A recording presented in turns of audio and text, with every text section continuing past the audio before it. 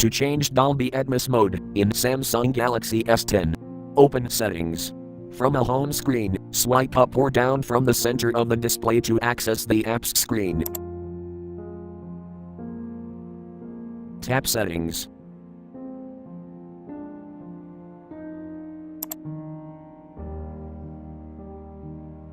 Tap Sounds and Vibration.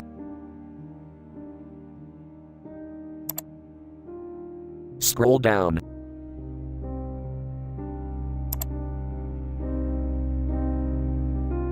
Tap Advanced Sound Settings.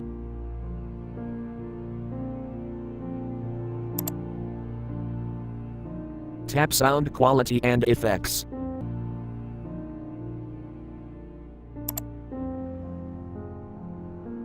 Tap Dolby Atmos.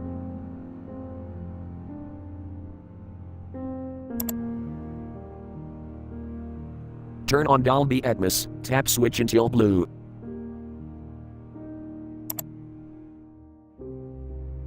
Select Dolby Atmos mode you want: auto, movie, music, or voice.